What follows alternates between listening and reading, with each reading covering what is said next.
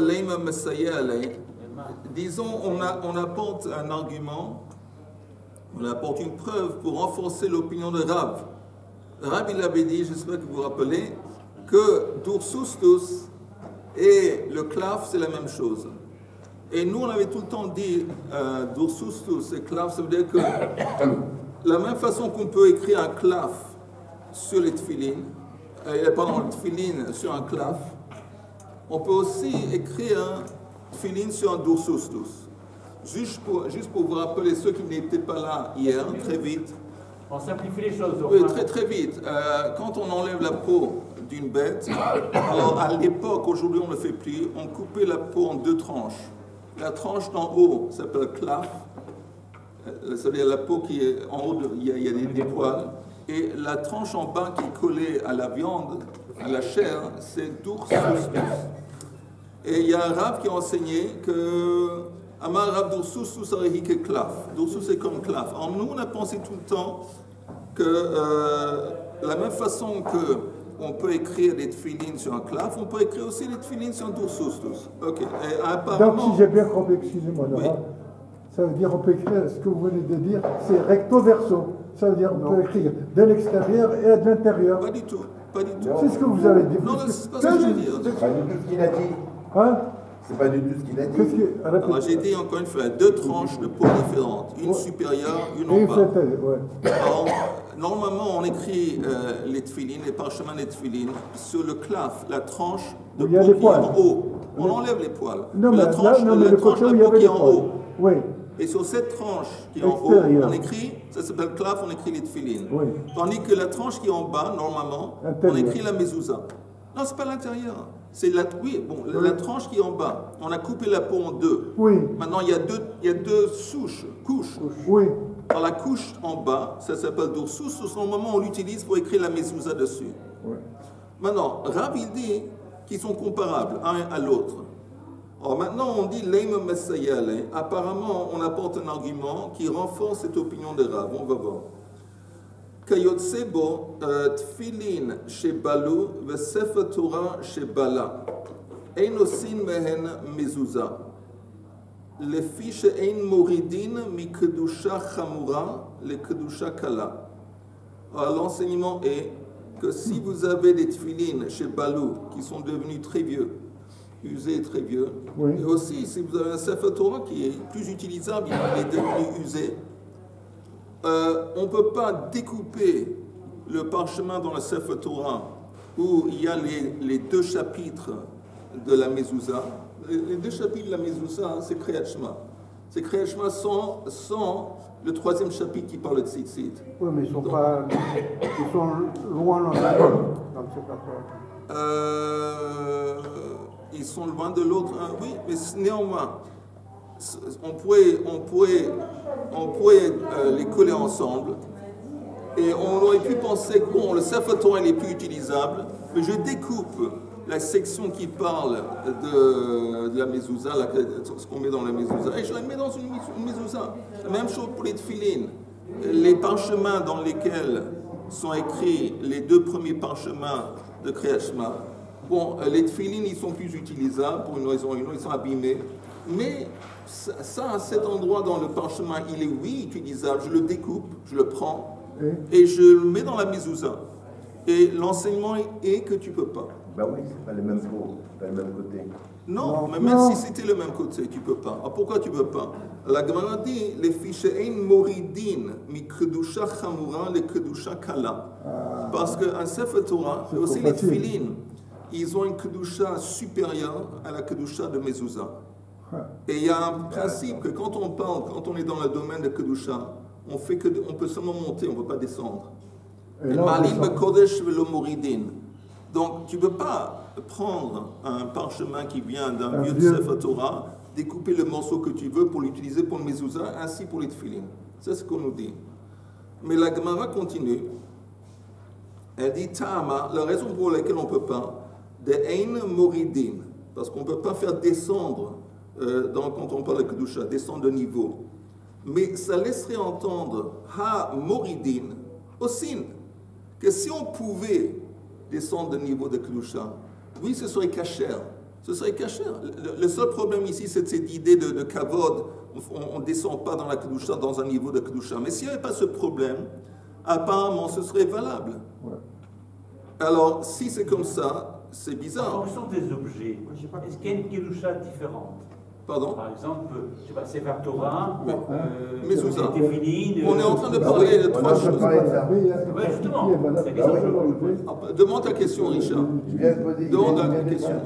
On descend du Attendez, Richard demande une question. Non, mais ainsi que ce que tu viens de dire à l'instant, c'est que, est-ce qu'on peut descendre du kedusha? Non. Alors, tu as répondu, peut-être. Peut-être. Non, Non, si, non, on non, ne peut non, pas. non. Si on utilise des objets qui ont une kedusha moindre. On ne peut pas Par descendre. exemple, Sefer Torah par rapport au Tefillin. Je sais pas, Alors, la Gemara vient de dire, tu ne peux pas. Tu ne peux pas prendre un parchemin de la Torah dans lequel il y a écrit le contenu. Mercredi matin. Non. On reprend, je vais le dire, je sais pas, on reprend Rosh Chodesh, Mercredi matin. Machashvan. Tu veux venir Qui est mercredi matin? Mercredi on matin, sera c'est la veille de chez Yom moi. Kippour. Oui, c'est Mais non, c'est pas Si, possible. je dis jeudi, pas jeudi. C'est une Non, question. non plus. Tu viendras jeudi matin. Mercredi matin, on fait de la fila quand même.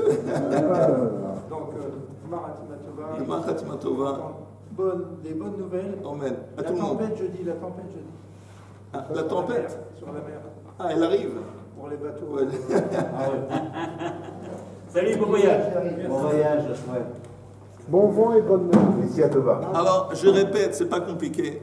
Ah, j'ai pas compris la dernière phrase. Pourquoi il dit si c'était permis? Ok, Ce n'est pas. Pourquoi il fait cette je vais remarque? te dire. L'idée de ne pas pouvoir utiliser ce parchemin, parce que Malim Bekodesh Moridin, c'est pas Midoraita, c'est des Rabbanan.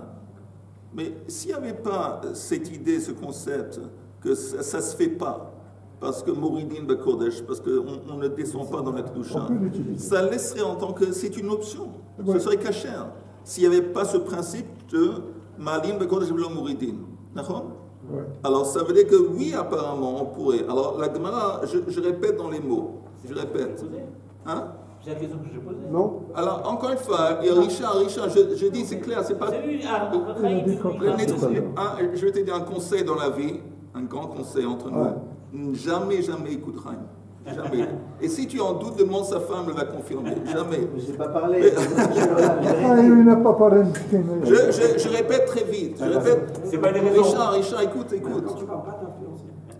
Je répète très vite. Non, mais avant Yom Kippour, il va falloir lui présenter Le des pardon, excuses. Blineda, avant le cours que on parle, je vais l'embrasser, je vais lui donner un bisou. Et le soulever comme le enfant. Ok. Je répète la Gemara. Leima Messayele. Disons qu'on trouve ici dans cet enseignement, dans la Braïta, une confirmation de l'enseignement de Rav qu'on avait vu auparavant, qui compare Dursustus au Klaf. On va voir. Leima Messayele. Kayotsebo. Tfilin chez Balou. Sefer Torah chez Bala. Ein osin mehen mezuzah.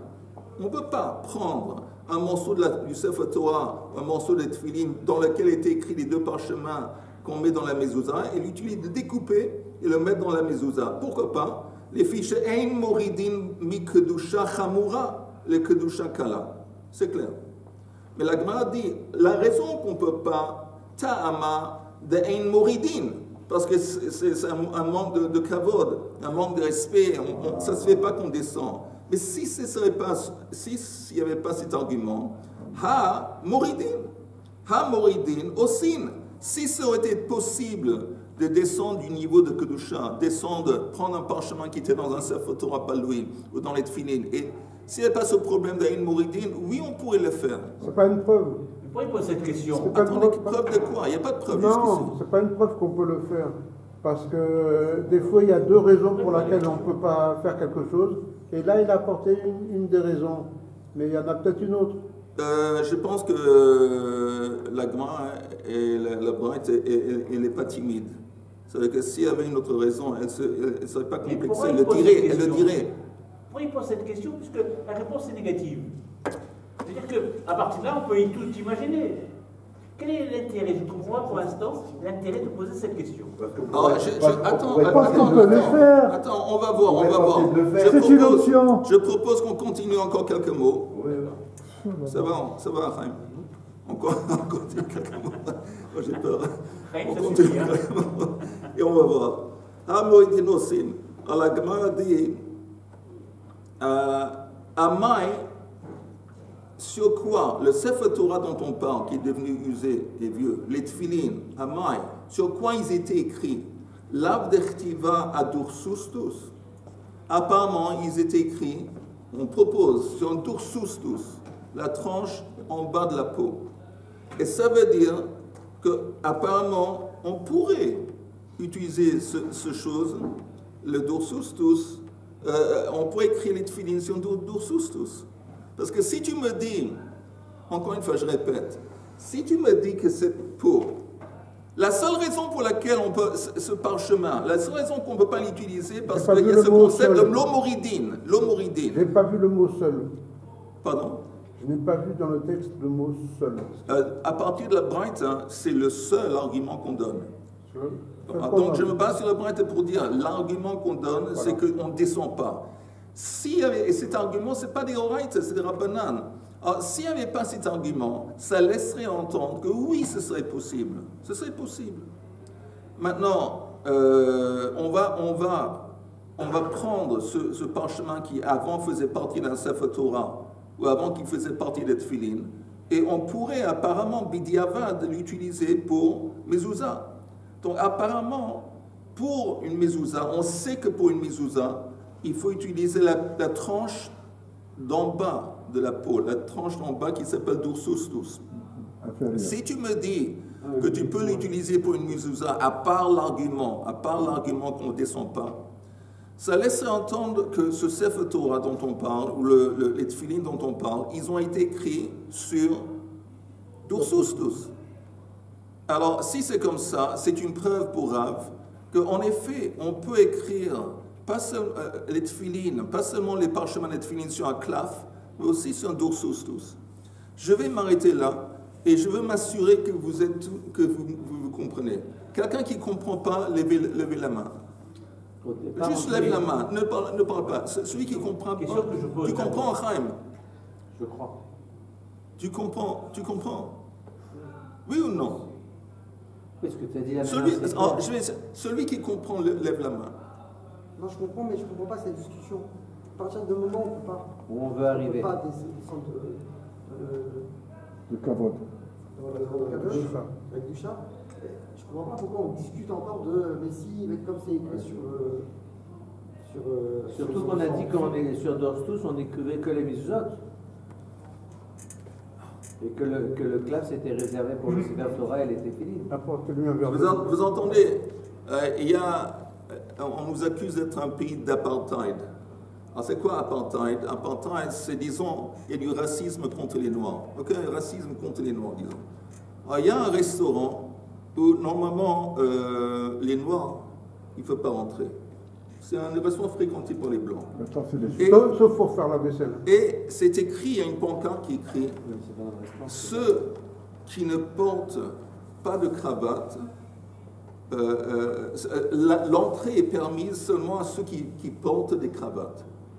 Et c'est un truc yadoua, que les Noirs dans cette ville, ils ne portent pas de cravate. Alors qu'est-ce qu'on peut déduire? On dit, bon, ces gens, ces Noirs, ils ne peuvent pas entrer. Pourquoi? Parce qu'ils ne portent pas de cravate. Alors, mais s'il n'y avait pas ce problème de cravate, s'il y a un Noir qui a une cravate, s'il n'y avait pas ce stipulation, ce truc, ce truc sur la cravate, ça laisserait entendre que le Noir, il peut entrer dans le restaurant. Le seul truc qui l'embête, qui empêche le Noir de rentrer, c'est la cravate. S'il n'y avait pas ce truc de cravate, apparemment ce serait cachère, ce serait permis. C'est le même type d'argument ici. On nous dit que tu ne peux pas prendre un parchemin qui auparavant faisait partie d'un Sefer Torah ou de Tfilin et l'utiliser quand le Sefer Torah et le Tfilin sont devenus usés, l'utiliser pour une mezouza. Pourquoi pas? Parce que si tu fais ça, c'est comme une insulte au Sefer Torah, l'ancien Sefer Torah et le Tfilin, parce que tu prends quelque chose qui avait une kedusha supérieure, vis-à-vis de la mezouza qui est inférieure, et tu prends quelque chose qui est en haut, au niveau de Kedusha, tu l'utilises pour le niveau de Kedusha en bas. Alors la Gemara dit, ok, ça c'est l'argument qu'on donne. Ok, ça c'est la lacha. Mais s'il n'y avait pas cet argument, qui est un argument de Rabbanan, ça laisserait entendre que ce serait permis. Normalement, ce serait permis. On te dit, tu sais quoi, c'est permis, mais néanmoins, à cause de ce problème de Mouridine, tu ne peux pas. Mais s'il n'y avait pas ce problème de Mouridine, ça laisserait entendre que tu peux, vis-à-vis de la Torah. C'est ça. Vis-à-vis de la Torah, tu peux. Alors la Gemara dit, attends une seconde. Alors tu veux utiliser quelque chose pour le mezouza. Nous, on sait normalement que la mezouza, elle est écrite sur un doursoustus, sur la tranche d'en bas. Alors si c'est comme ça, c'est ce qu'on dit. Et tu veux prendre les tefilines, le parchemin des tefilines pour la mezouza. On avait dit pour la mezouza, ça va être un doursoustus. Et apparemment, avant, c'était utilisé pour les tefilines. Oh, c'est une preuve pour Rav. Que Rav dit, le claf, il est comme le doursoustus. De quel point de vue? De la même façon qu'on peut écrire les parchemins des tefilines sur le claf, on pourrait aussi écrire les parchemins des tefilines sur le doursoustus. Et la preuve, parce que si, vous entendez, si ce claf qui était dans les tefilines, c'était écrit sur un claf, la tranchée de la peau qui est en haut, c'est inconcevable qu'on va dire que tu l'utilises pour les mezouza, parce que les mezouza, c'est uniquement apparemment écrit sur un doursoustus. C'est clair? Ça, c'est ce que la demande. Est-ce que quelqu'un a un problème? Parce que je n'ai jamais dit qu'il y avait un problème d'écrire une mezouza sur du claf. Oh, oui, on avait dit, jusqu'ici, hier on en avait parlé, Chaim. On avait dit qu'apparemment c'est une donnée que ça ne se fait pas. Ça ne marche pas. Oui. Alors c'est pareil, pardon. Alors c'est pareil maintenant. Ça ne se fait pas d'écrire un Sefer Torah sur le doursoustus? Non, Sefer Torah on peut. C'est une mezouza, on ne peut pas. Mezouza doit être écrit sur un doursoustus et pas sur un claf. Mais ici, on te dit encore une fois, tu peux prendre le parchemin des tefilines qui a été usé, qui est vieux, et l'utiliser pour la mezouza. Forcément, si on l'utilise pour la mezouza, ça veut dire que c'est un doursoustus. Et si c'est un doursoustus, ça veut dire que tu as écrit les tefilines sur un doursoustus. Les parchemins des tefilines sur un doursoustus. Donc ça confirme ce que Rav qui a dit qui est compris un avec l'autre. Doursoustus et claf. Un Sefer Torah, quand il est vieux. Ouais. On le met dans Gniza. Dans Gniza. Ouais. Mais tandis que maintenant, on va laisser vivre une partie de ce Sefer Torah, on va l'utiliser dans le mezouza et tout ça. C'est comme quelqu'un qui va mourir, mais il va donner les yeux ou bien le cœur à quelqu'un d'autre. Ça continue. Alors, je ne vois pas l'argument.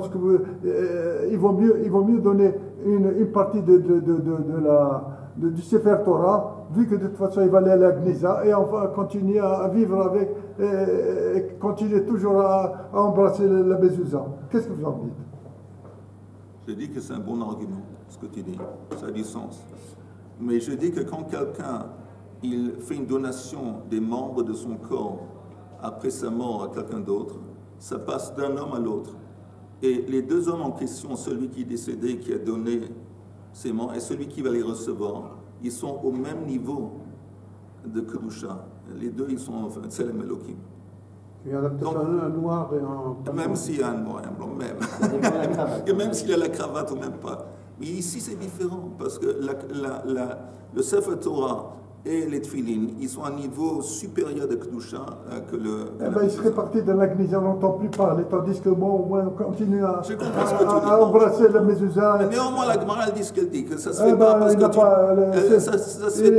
tu prends quelque chose qui a une Kedusha en haut et tu l'utilises pour une Kedusha en bas. C'est dommage. Je pense. Hein. Parce qu'au moins, il y a une partie de ce Sefer Torah qui continue à vivre. Tu as un stylo sur toi? Oui, il faudrait mettre un stylo. Tu as un bic? Non, j'ai pas. C'est dommage. Parce que tu me le donnes et je marque, vous marquez tout sur la Gemara à côté, que René dit, et il est contre la Gemara. Non, j'ai dit ça de Khalila. Non, mais j'ai dit que... Pour une fois, c'est pas Khalil. Il y a quelque chose qui est vivant de ce Sefer Torah.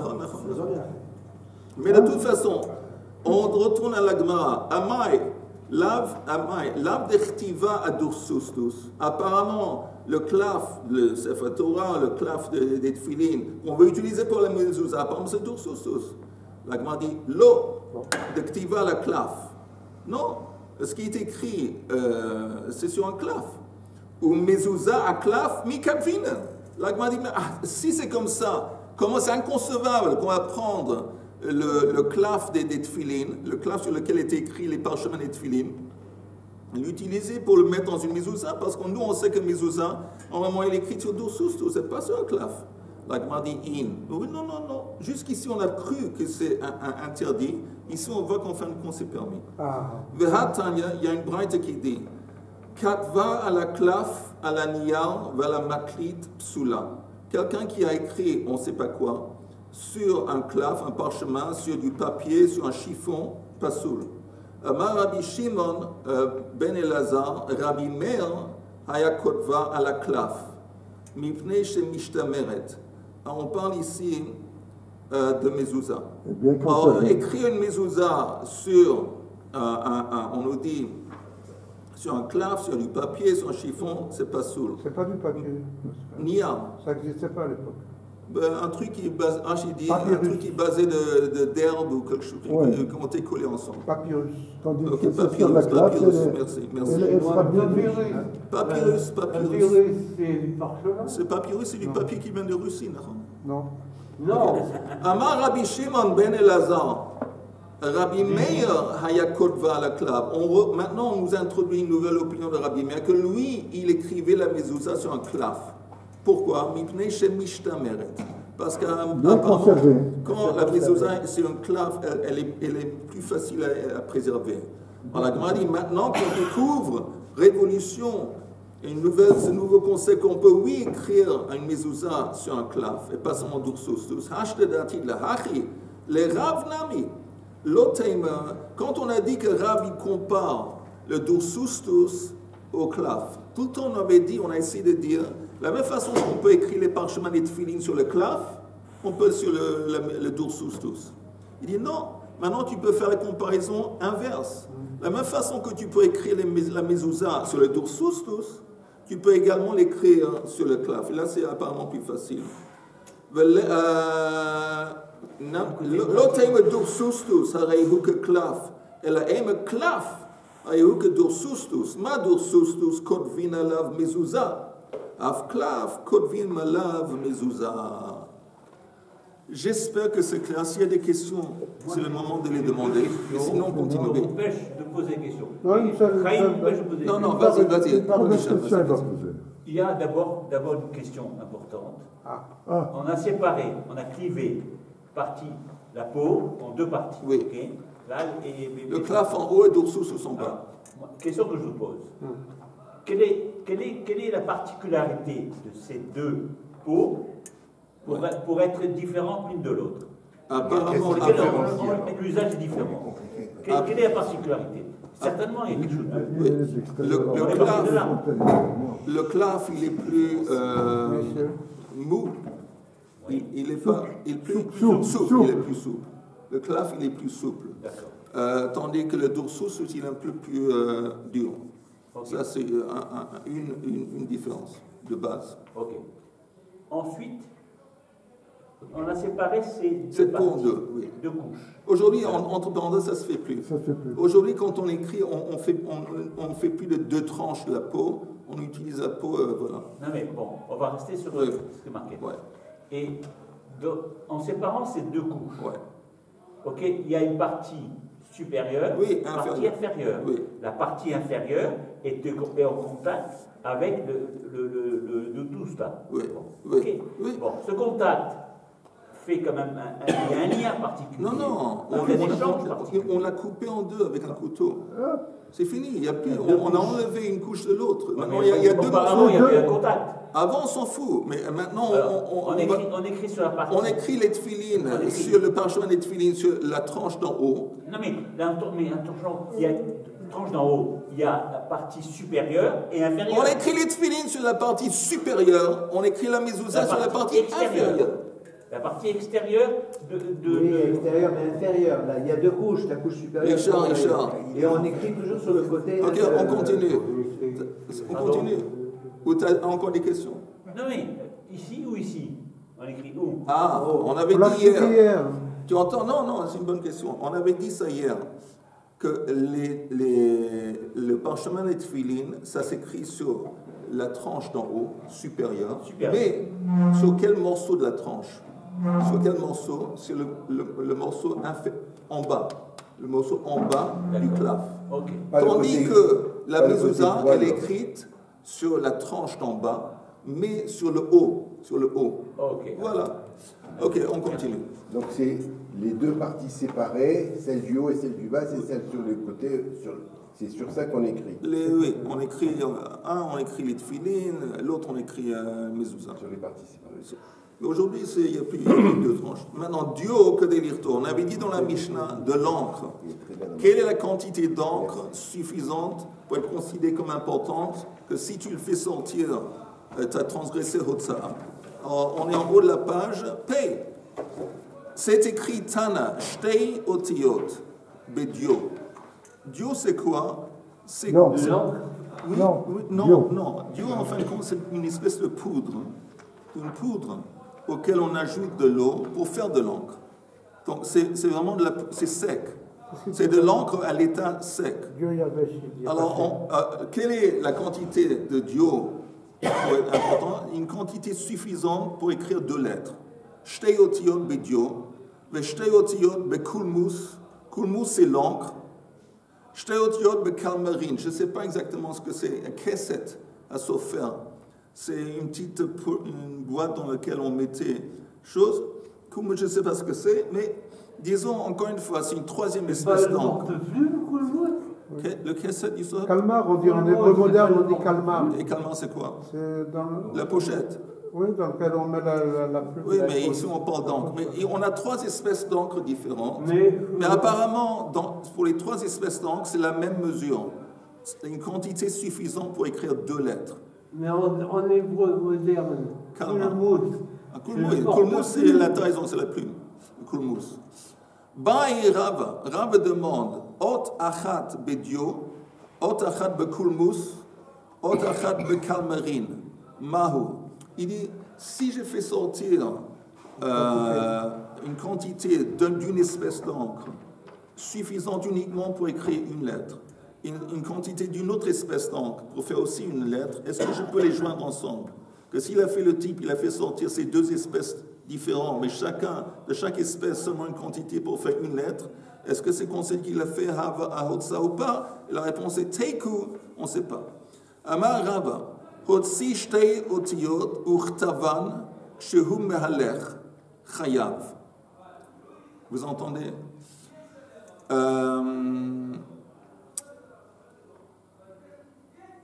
Pour transgresser Hotsa'a, il faut soulever un objet d'un domaine, disons Reshut HaYachid, et le faire passer et le poser dans un autre domaine, disons Reshut HaRabim. Maintenant, l'encre, il fait sortir l'encre de la maison, il doit après le poser dans le Reshut HaRabim. Ok? Alors, qu'est-ce qui est écrit dans ce scénario? C'est écrit Hotsi shtei otiyot uchtavan kshehu me'alech.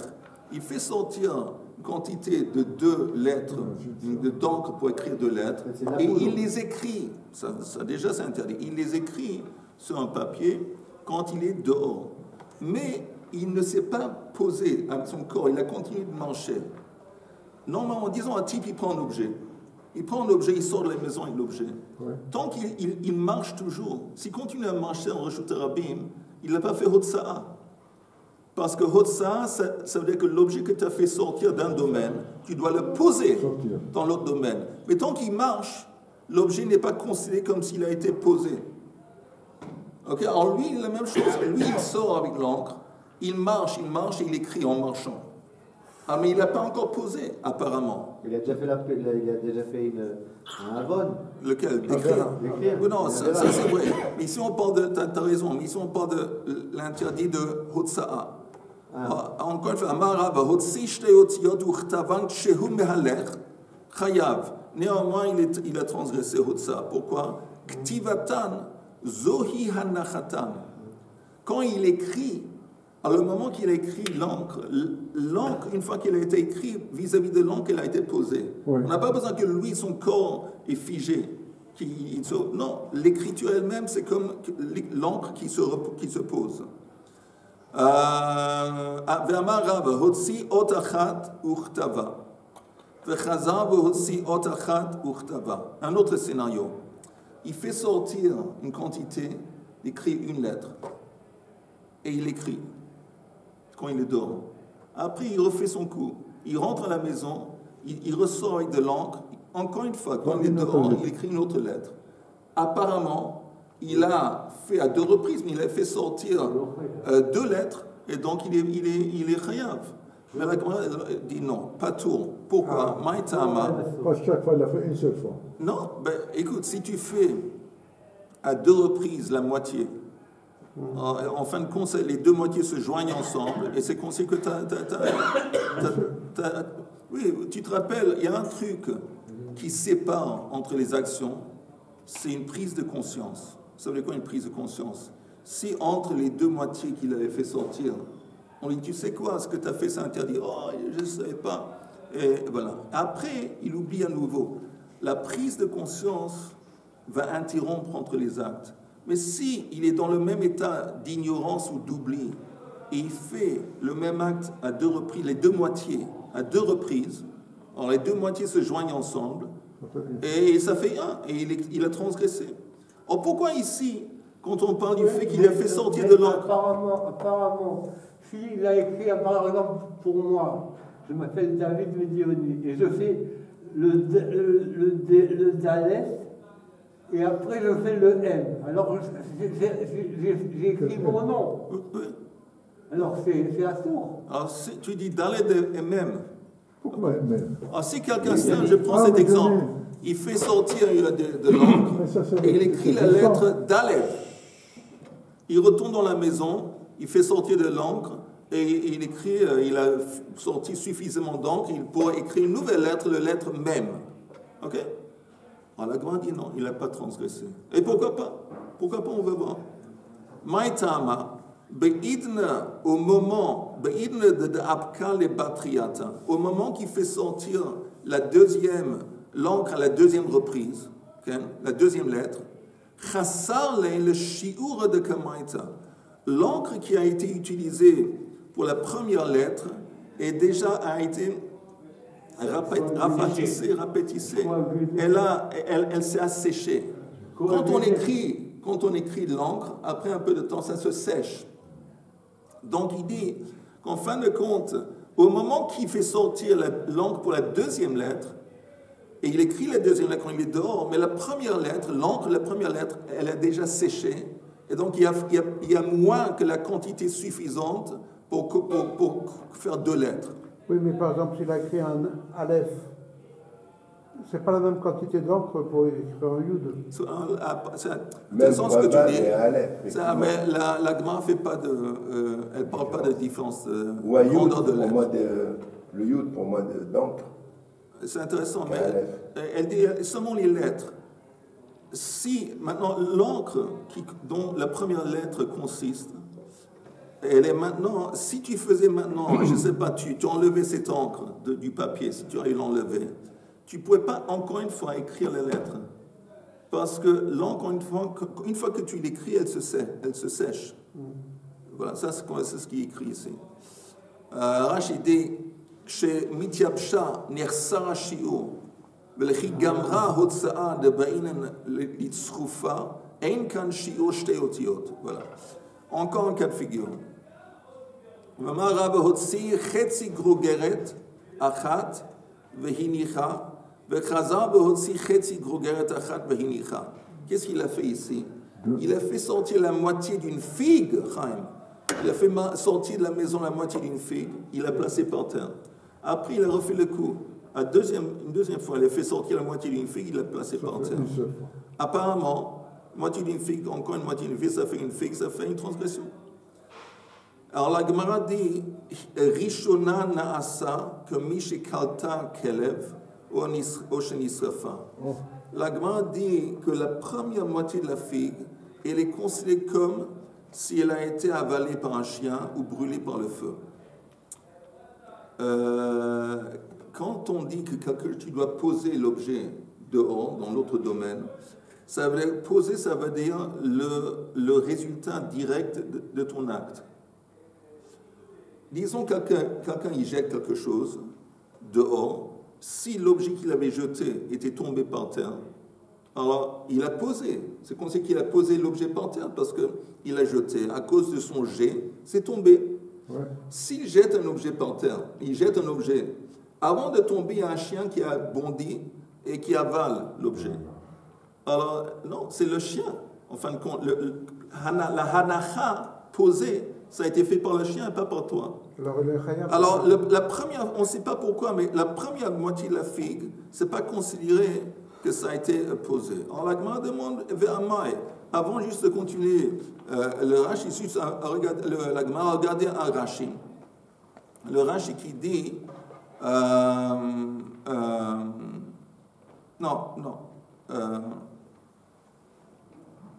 on va continuer dans la Gemara. Elle dit pourquoi? Ha mancha. Mais pourquoi tu dis que la première fille, c'est comme si elle a disparu? Et elle est là, elle est par terre. Harikama, c'est comme ça qu'il faut comprendre.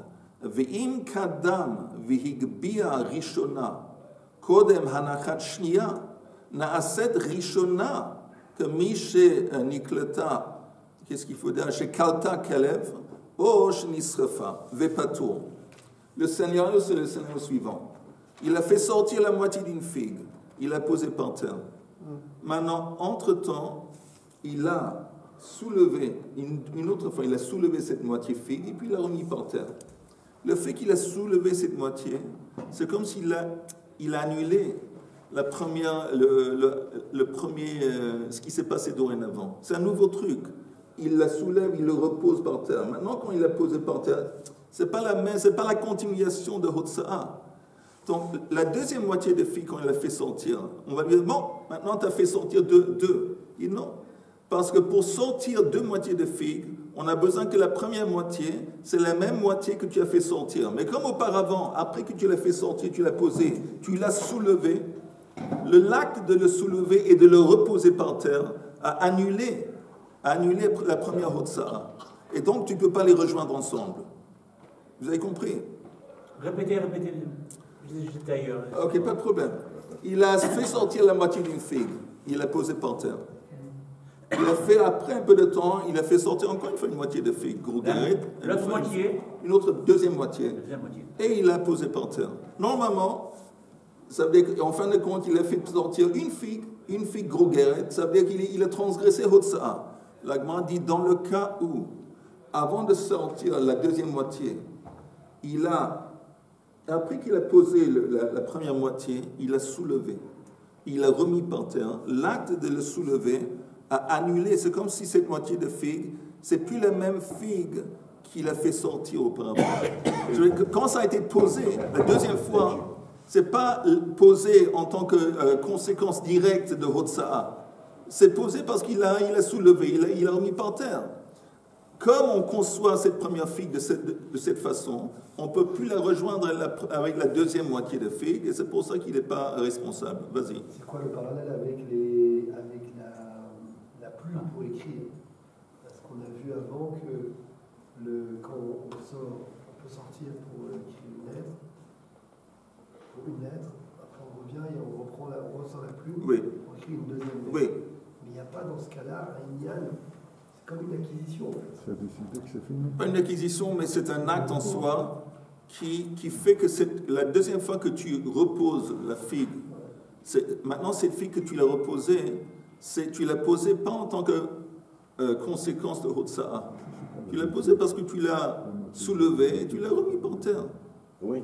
Alors quand tu fais sortir la deuxième moitié de figue, on est censé dire, ok, maintenant qu'il y a deux demi-figues qui sont là, je les joins ensemble que tu as fait sortir. Non, la première demi-figue, on l'a considéré que c'est un nouveau truc.